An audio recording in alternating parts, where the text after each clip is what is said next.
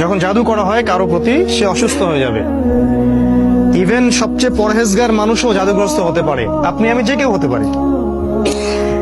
যারা ইসলামী বিধান পালন করেন না, কোরআনের সাথে সম্পর্ক কম বা নাই, হারাম রিজিকের সাথে সম্পর্ক আছে, যারা সুদ খাচ্ছেন, গান বাজনা করতেছেন, যারা বাদ্যযন্ত্রের সাথে সম্পর্কিত, যারা অশ্লীল টিভি মুভি এগুলা দেখছেন, এদের জাদুগ্রস্ত হওয়ার সম্ভাবনা 95%।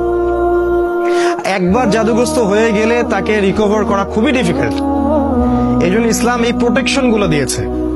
কারণ একবার জাদুগ্রস্ত হয়ে গেলে এটাকে সলভ করা খুবই ডিফিকাল্ট। কারণ জাদু জিনের সহযোগিতা ছাড়া হয় না। যারা জাদু করে তারা জিনকে তাবে করে।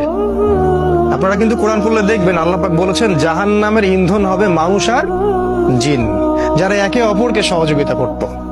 আজ পর্যন্ত কিছু মানুষ আছে এই পৃথিবীতে, আপনার আশপাশেও, যারা জিনের সহযোগিতা নিয়ে বিভিন্ন কুফরি কালাম তন্ত্র মন্ত্র করে। এবং গ্রামাঞ্চলে এটার প্রচলন অনেক বেশি, ঠিক আছে? ইভেন এখন শহরেও এগুলো ঢুকে পড়ছে। প্রেমের জোড়া দেওয়ার জন্য, বাড়ির বরকতের জন্য, স্বামী স্ত্রীর সম্পর্ক উন্নয়নের জন্য বিভিন্ন কাজে এগুলো করা হচ্ছে। এবং আমাদের দেশে কবিরাজের সংখ্যা তো অভাব নাই। আর যেহেতু এগুলো সম্পর্কে আমরা জানি কম, আমরা কিছু হইলেই ওদের কাছে দৌড়াই। এই সুযোগটা ওরা আমাদের কাছ থেকে নেয়, নিয়ে সে এদিক থেকেও টাকা খায়, ওদিক থেকেও টাকা খায়। শয়তান, এক কথায় শয়তানের চেলাপেলা এগুলা। তো আল্লাহ রসুলকে ইহুদিরা জাদু করেছিল, এবং আপনারা জানেন কিনা যে ইহুদিরা তাকে হত্যা করার চেষ্টা করেছিল, তার খাবারের মধ্যে বিষও দিয়েছিল। যে জাতি আমাদের নবীকে হত্যা করতে পারে, এবং যে জাতি অসংখ্য নবীকে আগে হত্যা করে আসছে, কিভাবে আমরা ভাবলাম যে তারা আমাদের বন্ধু? অথচ আল্লাহ কোরআনে বলছেন তারা কখনো তোমাদের কল্যাণ চায় না। তারা ভিতরে যেটা গোপন করে সেটা আরো বেশি ভয়ঙ্কর, ঠিক আছে? তো তিনি এই জাদুগ্রস্ত হয়ে রাসূল সাল্লাল্লাহু আলাইহি ওয়াসাল্লাম যে সমস্যাটা হলো সেটা হলো তিনি ভুলে যাচ্ছিলেন, কোনো কাজ করলে মনে রাখতে পারছিলেন না। এমনকি তিনি তার স্ত্রীর কাছে গিয়েছেন কি না সেটাও মনে রাখতে পারছিলেন না।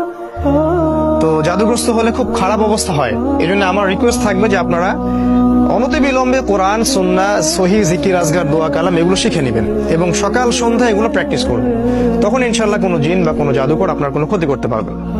তো এই যে সমস্যাটা রাসূল সাল্লাল্লাহু আলাইহি ওয়াসাল্লামের হলো, এরপরে একদিন তিনি শুয়ে আছেন আর আল্লাহর পক্ষ থেকে দুইজন ফেরেশতা তার কাছে আসলেন।